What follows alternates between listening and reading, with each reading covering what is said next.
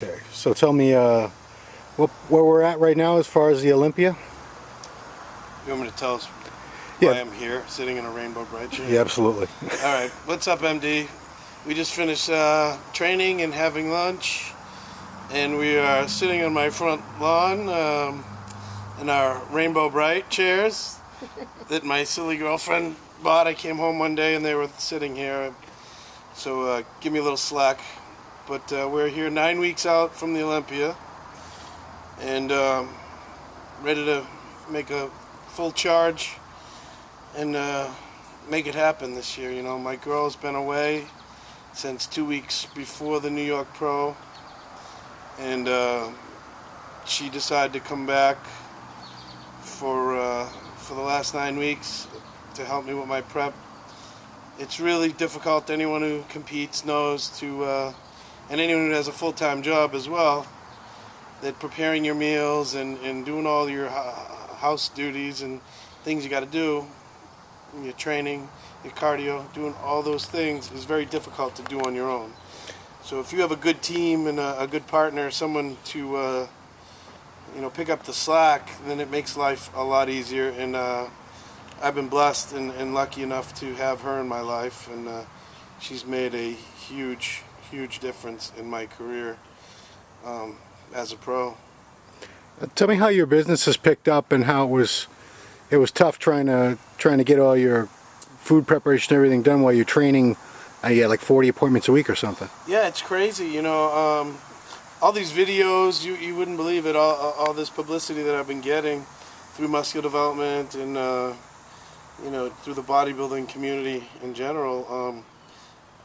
It just exploded, especially after the New York Pro. I've been averaging 40 appointments a week, and it's been quite crazy. You know, I try to go in the morning and do my cardio before I start, but sometimes I have a 6 o'clock appointment, and my sleep is more important than getting up and doing cardio. But from this point on, I always manage a way to get it in. At this point on, I will be getting up prior to my appointments, doing that, and she'll be here to make sure my meals are ready.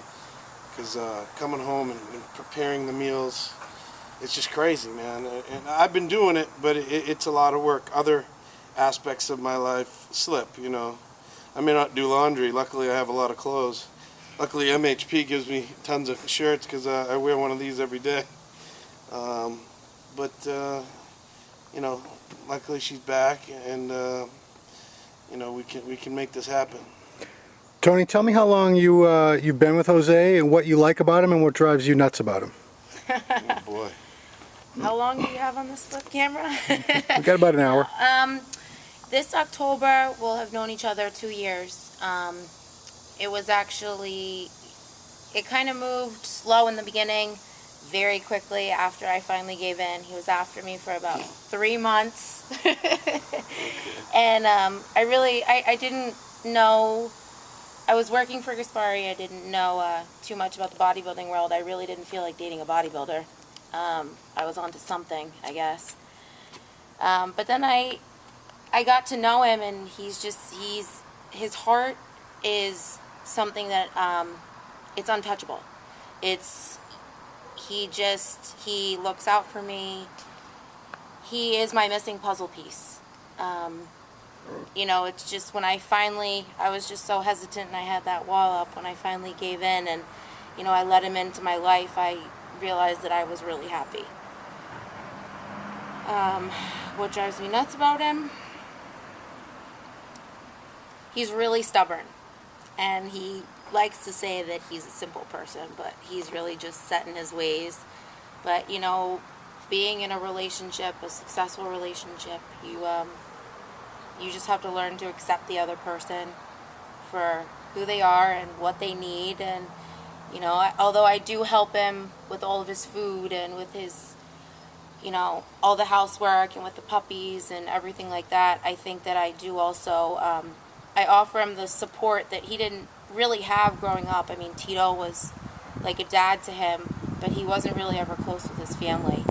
So I know my family's really jumped in, and they've offered him that stability and that comfort. And I mean, I think my dad loves him more than he loves me, but you know, it happens. Jose, what do you like most about Toni, and what do you sometimes have trouble with about her? The same thing that I love about her is the same thing that I hate about her. She's a family girl, comes from a great family, and she's an absolute, princess. She's quality. She's a real deal. I don't have to worry about her screwing around, any of that kind of nonsense. But she's a spoiled brat, It's her way or the highway. So, the sooner I realize that she's right with everything, the easier my life will be. So as long as I do exactly what she says, we're cool. It's pretty simple.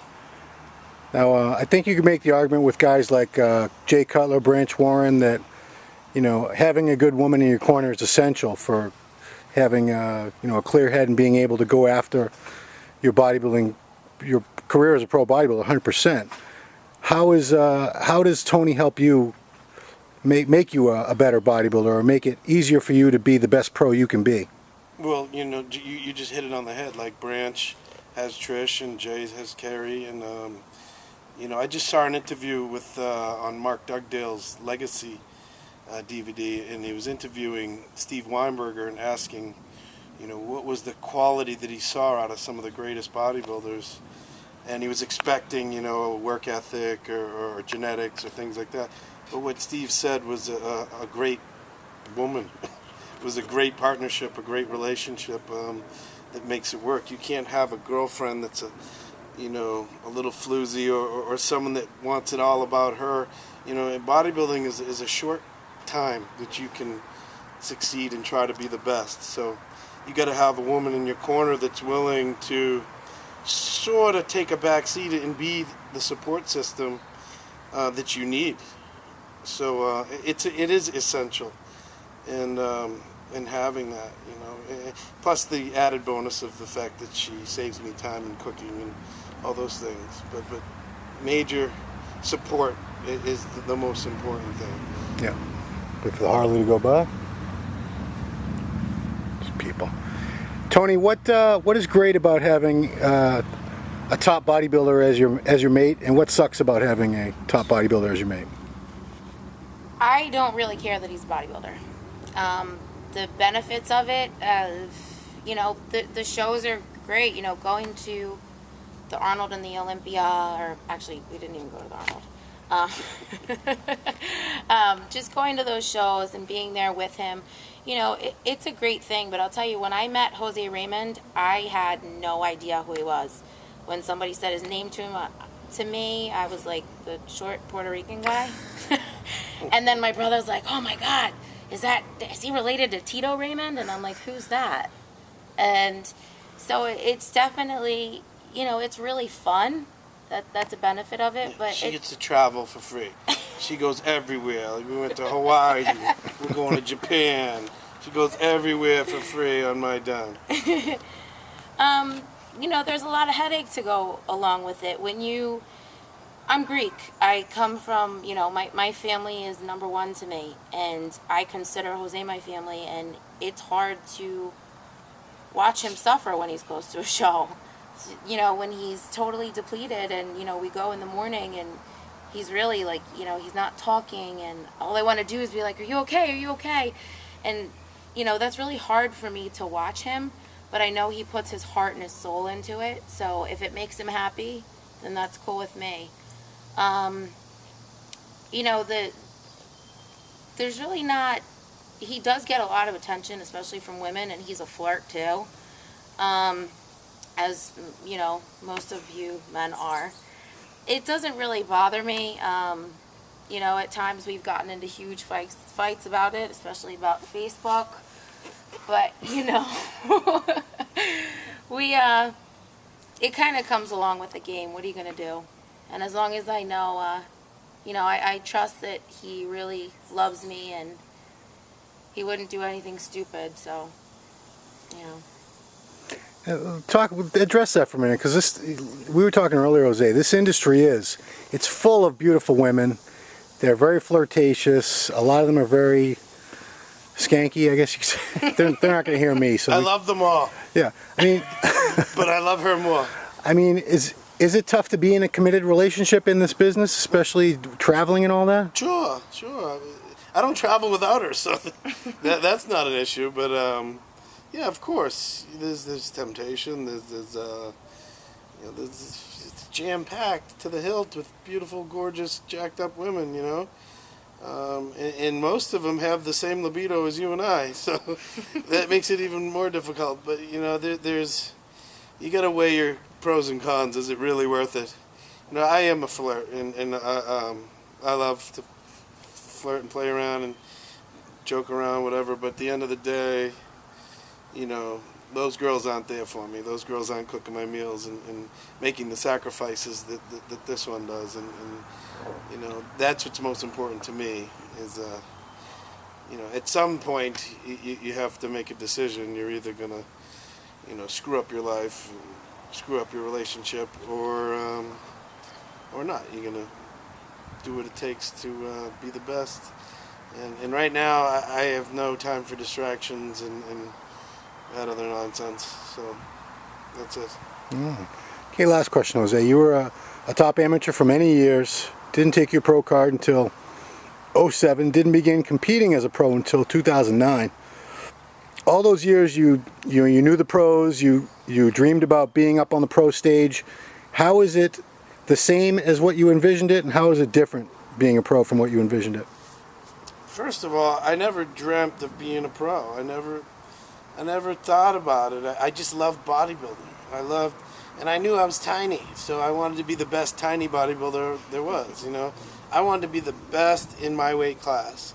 Even today, I'm not the best bodybuilder in the world, but I'm one of the best 202s, I wanted to be the best, and pro bodybuilding happened to happen. And that's why I never took it, because it wasn't my ultimate goal to be a pro. I wanted to be the best lightweight, the best middleweight, the best welterweight, whatever. And, and then they made this 202 thing and separated us and really gave me a platform to excel and to compete. And let me tell you, it is 100 times better than I thought it would be. Because I never had those dreams and aspirations. Young kids today coming up, they don't want to work, they don't want a job, they want to do their first show and turn pro. That's all you hear nowadays is pro card, pro card, pro card. They just won the local regional 7-Eleven Classic and they want a pro card. It doesn't work like that, brother. You got to put in your time.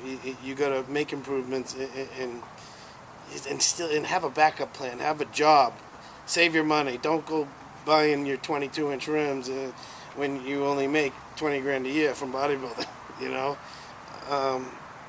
It has been a blessing to me because I do have sponsors, and I have been paid for guest posings, and I have a great life, and I'm very lucky and very happy. But it kind of just happened, and I think when you have less expectations, then it's that much greater, because I wasn't expecting any of this, and quite frankly, if it never happened, my life would still be good, because I'm successful in my business and what I'm doing, and happy, but I love bodybuilding. I'd still be training every day regardless, but I'd probably be 250-pound fatty if I had no reason to diet, because I do have that little fat guy's gene in me, and I love food, but no, it's fantastic and better than I could have ever dreamed. Cool. Well, last question I'll give to Toni. Toni, what is it like for you when Jose wins, and what is it like for you when he doesn't win? If anyone that has ever seen me at his show, I don't breathe from the time that he gets on stage to the time that he gets off. I put as much heart and soul into his prep as he does. So when he's on stage, I just want him to shine. I'm so proud of him. I want him to show off all of his hard work, and it really, it does you know, I do pay attention sometimes to who he's going against, but they don't really matter to me. I just want him to go and do his best and be happy when he wins. It's great. You know, I mean, we went into the New York Pro and we were at a bad spot in our relationship, but I still helped him with all his food and tanned him, even though I wanted to rip his face off. And and She's Greek, remember that. Very passionate. and, you know, I was there for him, and even though I was so angry at him, I still, you know, when he won, and I actually gave out the second place award. So that was, you know, Steve Weinberger really put me in a pickle with that one, that, you know, I had to find out on stage if Jose won or not. And when he wins, I'm so happy for him. When he loses, I have to I'm a little bit crazier than he is. I always try and sit there and pick it apart, and he's like, you know, you win some, you lose some. He's a lot more humble and calm. I'm the psychopath in the relationship that I'm like, no, it should have been yours, it should have been yours. But, you know, it's just, eventually I just say, we gave it our best. There's always another show, there's always another time to prove it, and we just, you know, we did what we could. So no matter what, I'm proud of him. But, I mean, of course, you know, winning's better than losing, but I don't really look at it as losing when you beat yourself. You know, this sport isn't really about anybody else except for yourself. And Jose's the poster child for that. He, you know, he's the most decorated amateur bodybuilder. He just kept beating himself and declining pro cards, and, you know, he's a special person.